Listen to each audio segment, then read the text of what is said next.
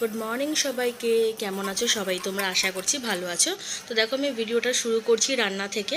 রান্নারই video আছে এটা। তো এটা আমি গতকাল করেছিলাম মাছের মাথা দিয়ে ডালটাকে আগে ভেজে নিলাম।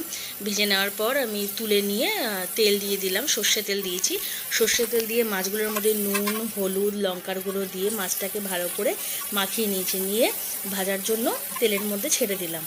তো মাছটাকে ভালো করে ভাজা ভাজা করে নিলাম, দু পিঠ ভালো উল্টে পাল্টে ভাজা করে নিলাম।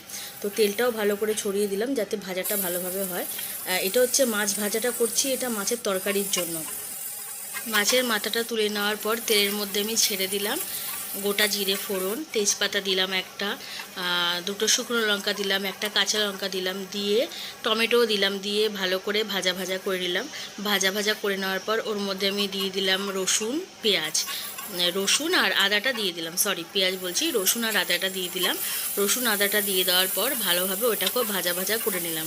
ভাজা ভাজা করে নেওয়ার পর গুঁড়ো মশলাগুলো দিয়ে দিলাম, লঙ্কার গুঁড়ো, হলুদ গুঁড়ো, তারপরে হচ্ছে জিরের গুঁড়ো সামান্য একটু দিলাম। দিয়ে ভালোভাবে ওই যে ডালের যে জলটা সেদ্ধ করেছি, সেদ্ধ ডালের জলটা দিয়ে একটু একটু করে জল দিচ্ছি আর একটু মোটামুটিভাবে কষিয়ে নিচ্ছি যাতে খেতে আরও সুন্দর লাগে। কষিয়ে কষিয়ে রান্না করলে খেতে ভালো লাগে।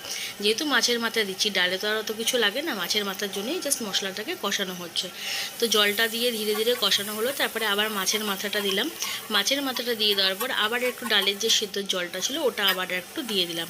দিয়ে দেওয়ার পর ওটাকে ভালোভাবে আর একটু কষিয়ে নিলাম। কষিয়ে নেওয়ার পর সিদ্ধ ডালটাকে আমি ছেড়ে দিলাম। ছেড়ে দেওয়ার পর ডালটা একটু গাঢ় গাঢ় হয়ে গেছিলো, সেই কারণে আমি একটু ওই ডালের মধ্যে একটু জল দিয়ে দিলাম।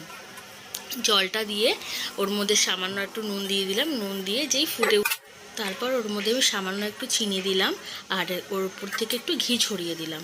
তো মাছের মাথার ডাল তো ঘি তো একটু লাগবেই। তো গরম মশলা কিন্তু আমি দিইনি, গরম মশলা ছাড়াই ডালটা আমি রান্না করেছিলাম। জাস্ট অসাধারণ হয়েছিল খেতে। তোমাদেরও যদি ভিডিওটা ভালো লেগে থাকে তো একটা লাইক কমেন্ট শেয়ার করে দিও। টাটা।